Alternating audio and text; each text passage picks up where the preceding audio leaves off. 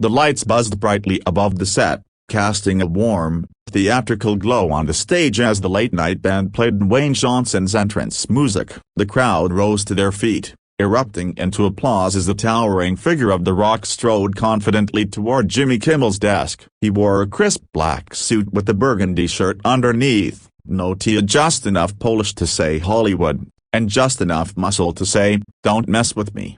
Jimmy, always quick with the charm, greeted him with a smile and a handshake. "Ladies and gentlemen, the one and only Dwayne "The Rock" Johnson." The applause lingered a few seconds longer than usual, the kind of reception only a few can summon just by walking into a room. Dwayne sat, adjusted his jacket, and gave the audience a nod. For a moment, everything felt familiar. "So, man," Jimmy began, already flipping through his cue cards, "I gotta ask you the big question. Are we talking about another Fast Furious, or are you finally running for president?" He grinned, proud of his delivery. A few chuckles rippled through the audience. Dwayne's smile was polite but clipped. "I'm here to talk about Omega Protocol, Jimmy." "Big movie, big explosions, big fun." "Of course," Jimmy said with mock deference, holding up a photo of Dwayne in military fatigues from the movie. "I mean, look at this. You've got a rocket launcher in one hand and a bald eagle on your shoulder. It's like the 4th of July had a baby with a protein shake." Laughter again, louder this time. Dwayne gave a tight smile, clearly trying to play along. "Yeah, we went all in." Jimmy nodded, then took a sharp turn. "But seriously, all jokes aside, you've been in the headlines lately, and not for your workouts or movies but for politics. Any truth to the rumor that you're gearing up for a 2028 run?" Dwayne's brow furrowed slightly. "Jimmy, I came here to promote the film, not to make campaign announcements." "Oh, totally, Jimmy said, brushing it off. "I'm just saying you've got that whole presidential thing going on. Big shoulders, big promises, big ego. I mean, if it worked for the last guy." That landed poorly. A few audience members laughed nervously. Dwayne's jaw tightened. He leaned forward just slightly, his voice calm but deliberate. "You know, man, I've always come on this show with respect. I've done the goofy sketches, told the stories, even let you wax my chest once." "That was iconic,"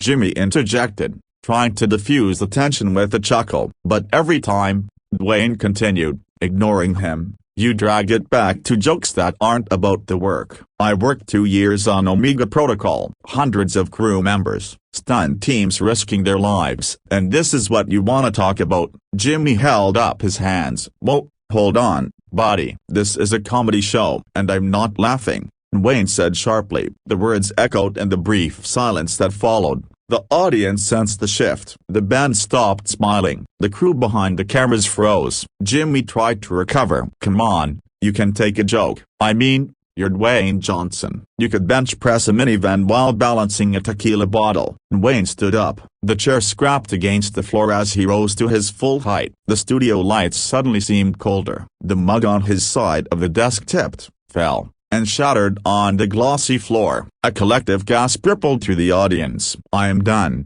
he said, his voice clear and thunderous. "I came here with respect. I came here as a professional, and every damn time, you make me your punchline." The cameras stayed rolling. The director didn't cue that too stunned to act. Kimmel blinked, clearly unsure whether this was a planned bit or something real. "Did Dwayne, seriously, is this a bit?" "We didn't rehearse anything like this." "No bit," Dwayne said, already walking toward the edge of the set. "I've built everything I have by showing up and giving people everything I have got. I don't take cheap shots at people for ratings." Kimmel stood up behind the desk. "Okay, we can cut this." We let it out. But Dwayne didn't stop. He turned once to face the audience. "I respect you all. I've loved sharing stories with you over the years. But this," he gestured at the set, the desk, the awkwardly silent host. "This isn't respect. This is mockery dressed up as entertainment." He walked off. The camera followed him until he disappeared behind the curtain. Security didn't intervene. No one said a word. The crowd remained frozen,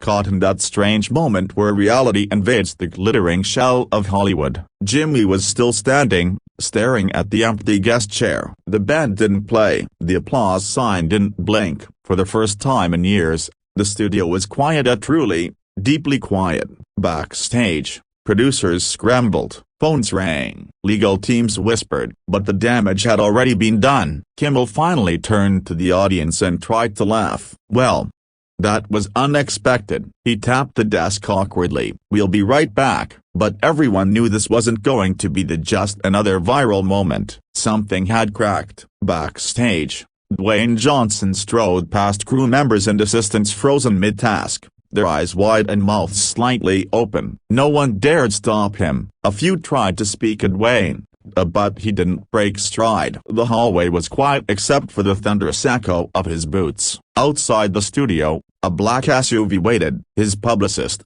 Maria, was already on the phone. Panic etched into her face as she mouthed, "What the hell happened?" He didn't answer. He got in the car and slammed the door shut. Back inside, Jimmy Kimmel was still trying to save the show. "So broken bar, that was interesting. Next up, we've got a raccoon that plays the harmonica." The audience gave a weak laugh. No one knew what to make of what they'd just seen. In the control room, producers huddled in whispers. Should they cut the segment, air it anyway? They had no precedent for tease, and not from someone like The Rock. By the next morning, it didn't matter. The clip had already been leaked. Some intern had grabbed the raw feed and uploaded it anonymously. Within hours, it went viral. Twitter, Instagram, TikTok all flooded with hot takes. Some praised Dwayne for standing up to media mockery. Others accused him of overreacting. Hashtags trended. #Kimmel vs. Rock.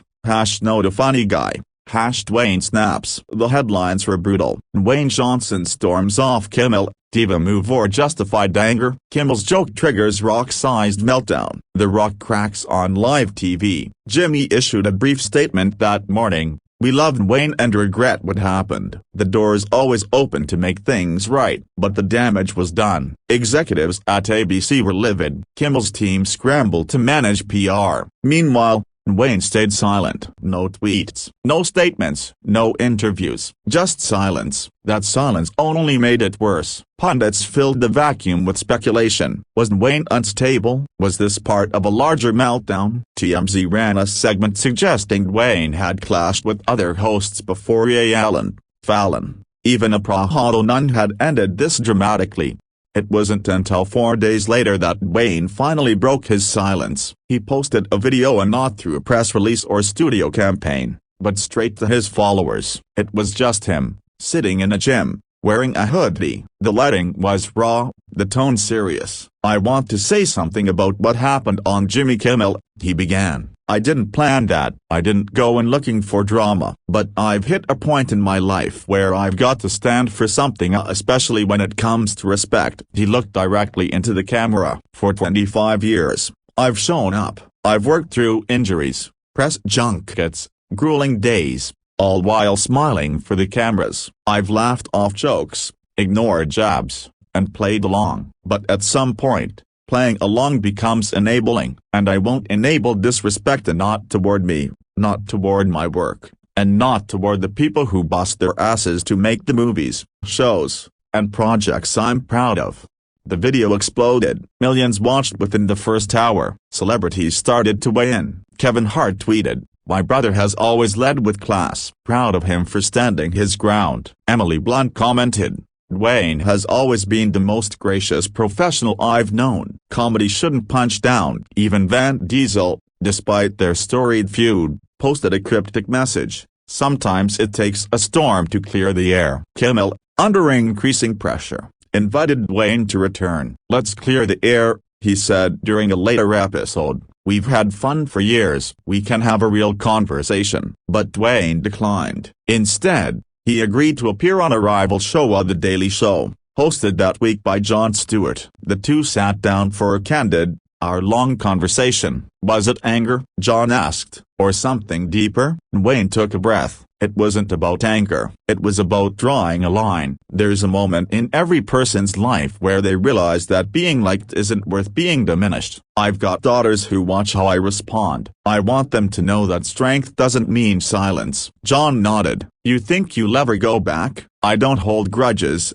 Dwayne said, "but I don't walk back boundaries either." That answer sealed it. The media narrative flipped. Suddenly, Dwayne was seen as a symbol of personal integrity. Articles praised his courage to call out toxic comedy culture. Think pieces emerged about how celebrity interviews often dehumanize guests. The tide turned, and Dwayne emerged not only unscathed but stronger. Kimmel's ratings dipped temporarily. Some fans criticized his smug tone. Others called for more respectful interviews. While Jimmy eventually recovered, the dynamic had shifted. Guests were handled more thoughtfully. His jokes came with fewer jabs and more self-awareness. As for Dwayne, Omega Protocol went on to become the biggest box office opening of the year. But more than the movie, it was his authenticity that struck a chord with the public. People weren't just seeing an action hero anymore, they were seeing a man willing to take a risk for dignity. And in a town built on image, that was the boldest move of all. No explosion,